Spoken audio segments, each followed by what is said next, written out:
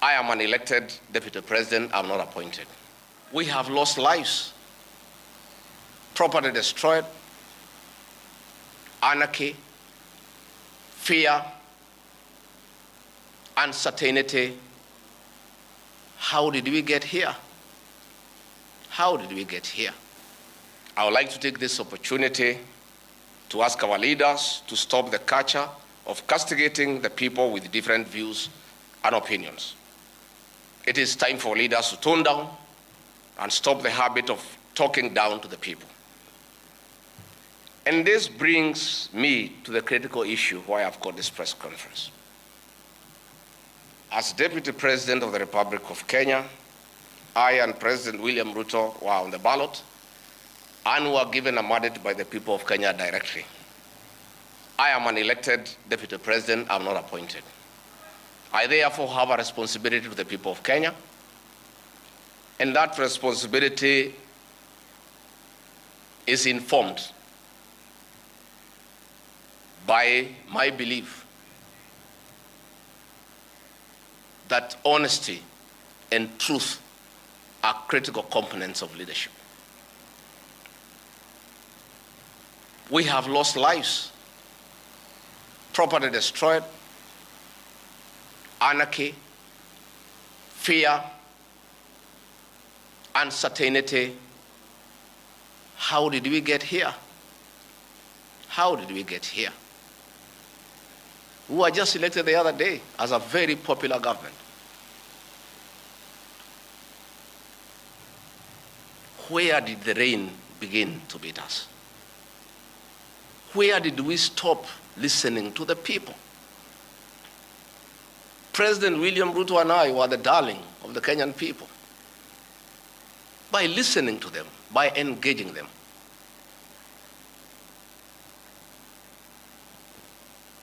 And as a government, we have established institutions to ensure we not only listen to Kenyans, but also genuinely understand their concerns. We invest significant resources in these institutions, particularly the National Intelligence Service, for this purpose. It is clear there has been a failure in the intelligence and advice we are receiving, particularly concerning crucial government policies. The President of the Republic of Kenya today has admitted that it has come to his attention that the people of Kenya did not want anything to do with the Finance Bill 2024.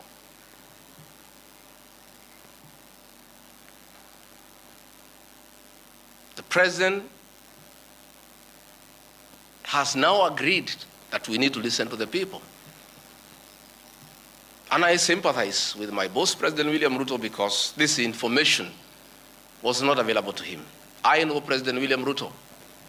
Had he known 2 months ago that the people of Kenya did not want anything to do with the Finance Bill 2024, he would not have asked his parliamentary party to push it through. Yet, we have an organization paid by the public to give him and government such information. And that is where the problem is. We have a dysfunctional National Intelligence Service that has exposed the President, the government, and the people of Kenya. Had the National Intelligence Service briefed the President 2 months ago about how the people of Kenya feel about the Finance Bill 2024, so many Kenyans would not have died. Property would not have been destroyed. Offices would not have been touched. There would have been no mayhem. But they slept on the job. It had to take people to die, property to be destroyed, protests across the country for the President to know the truth of what the people of Kenya feel. Yet, there is an organization paid for by the public to brief the President and the government about the feeling of the Kenyan people. Officers of the National Intelligence Service, officers of the National Police Service have told me in confidence they did not get advance intelligence briefs about the magnitude of the protest in Eldoret, in Kericho, in Nairobi, in Githurai, in Embu, in Nyeri. Since independence, there has been protests around Parliament. Never have protesters invaded and gotten inside Parliament. Senior officers have told me in confidence they did not have an advance intelligence brief about the intensity of the protests so that they prepare in advance. The National Intelligence Service slept on the job. And the problem is simple. The Director General of the National Intelligence Service, Nuruddin Haji, was a junior officer in the National Intelligence Service before he was appointed as DPP. When he was appointed to the office of the Director General, because of inferiority complex, he chased away all the people who were senior to him when he was in the service, therefore crippling the capacity of that service and making it dysfunctional. 3 directors were chased away and reassigned to desk jobs in ministries across government. 13 assistant directors, men and women with proven track record of intelligence collection and analysis, were removed from the National Intelligence Service, leaving a shell under a clueless Director General who has no capacity to run the organization. And that is why the security sector was caught off guard by the intensity, the anger of the Kenyan people, the agitation of the Kenyan people, the resilience of the Kenyan people. Had Nuruddin Haji done his job, we will not be where we are today. He has no capacity. He is out of the country most of the time on business trips. The country is on its own. My boss, President William Ruto, is exposed. That he has to back down and admit that he has hurt the people of Kenya. Yet this matter has been in public domain for the last 2 months. I want to say that Nuruddin Haji must take responsibility for the deaths that occurred. He must take responsibility for the mayhem. He must take responsibility for failing President William Ruto. He must take responsibility for failing the government of the Republic of Kenya. He must take responsibility for failing the Kenyan nation by not doing his job and advising correctly. And he must do the honorable thing, not just take responsibility, but resign from that office and allow the president to pick a competent Director General. I want to request President William Ruto to consider, as a matter of urgency, to recall the 3 directors who are removed from the service and the 13 assistant directors to come and help reconstruct the service and get sanity back to the National Intelligence Service to serve the president, the government, and the people of Kenya. President William Ruto deserves better. He deserves a Director General who knows what he's doing. He deserves a National Intelligence Service that is effective and that can analyze situations and keep him and the government informed on what is going on. It is embarrassing to me as Deputy President that it has taken protests, deaths, mayhem, destruction for the President to know the truth, yet there is an organization charged with that responsibility. I have publicly stated that under this administration, Kenyans are free to criticize the government without fear of reprisal and state agencies. This was a promise made by both the President and I when we were sworn in.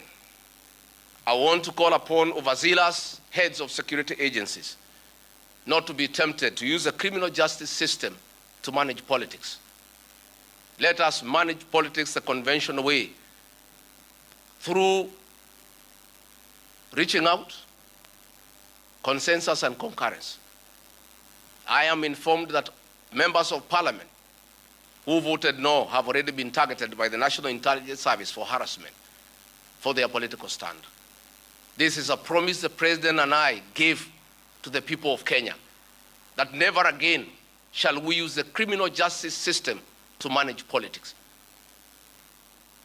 I want to say that the President and I gave a categorical promise to the people of Kenya that the issue of abductions and extrajudicial killings will never happen again.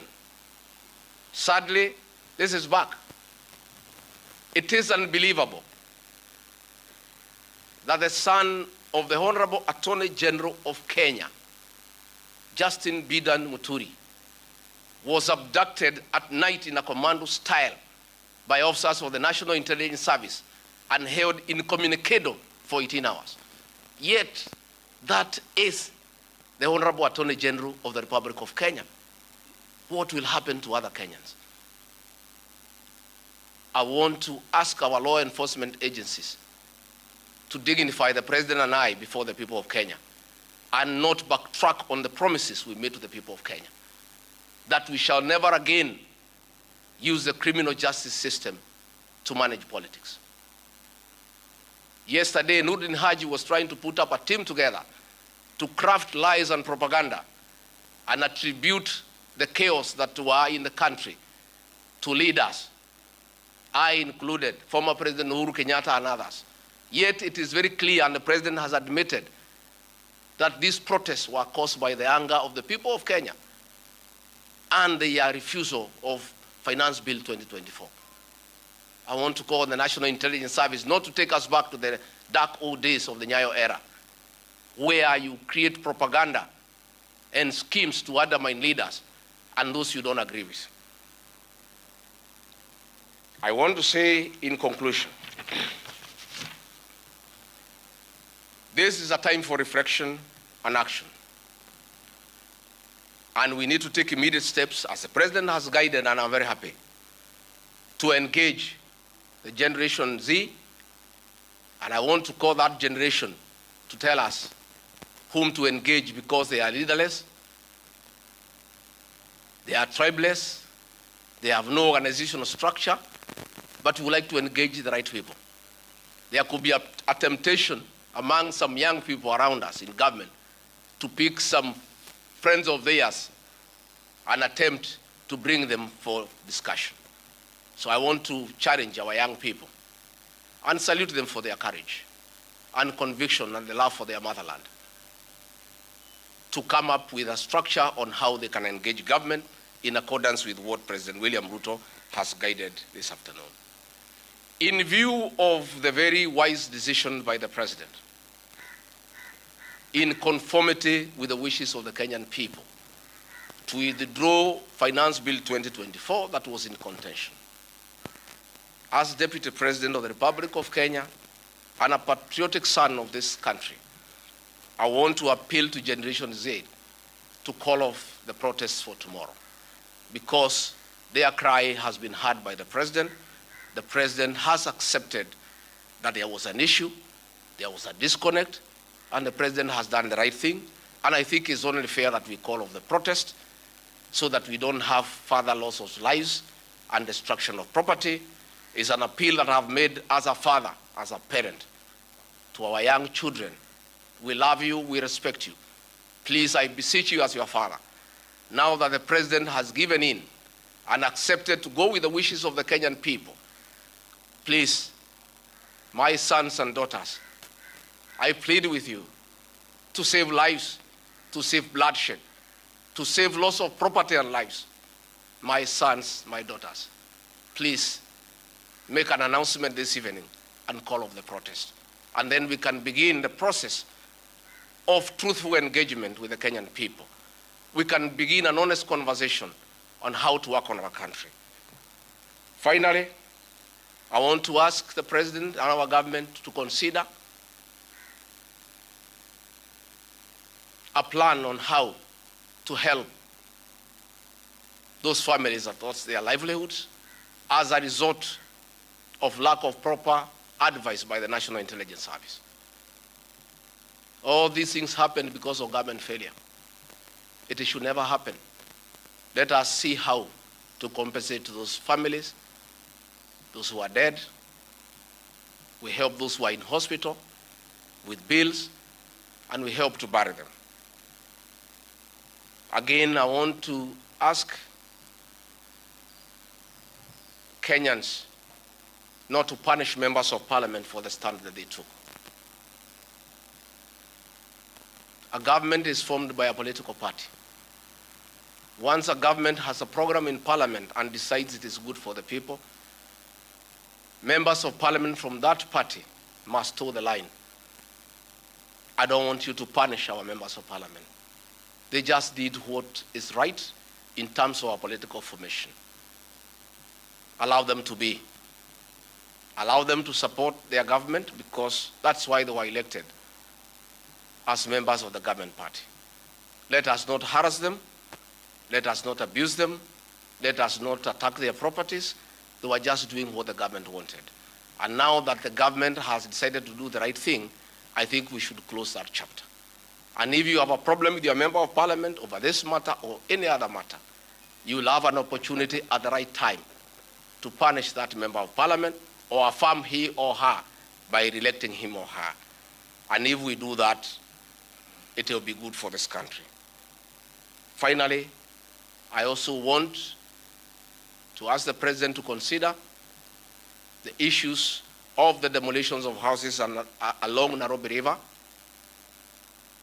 Houses that had approved building plans, built on land with title deed, were demolished, and only a compensation of 10,000 was given, which is unacceptable and unfair.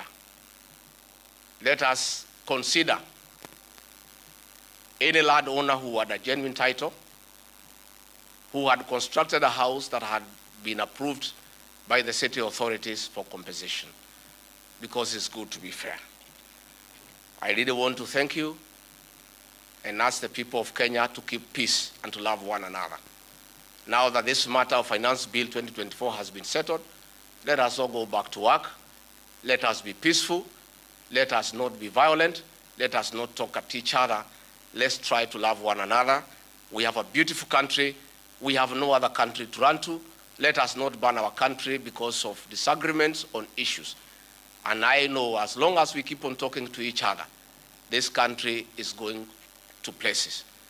As Deputy President and Principal Assistant to President William Ruto, again, I want to affirm to the people of Kenya that I will continue helping the President to discharge his duties in the management of the affairs of this country.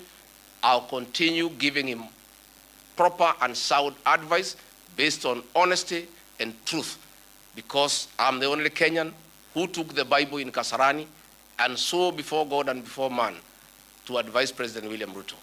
Many people have been very unhappy with me for saying things that are truthful, to a point of trying to isolate me because they didn't want me to say the truth. But I'll keep on saying the truth. I'll keep on being truthful and honest, because that is what the people of Kenya expect me to do. Thank you very much and good evening. Asanteni sana. Tumeshukuru sana. Thank you.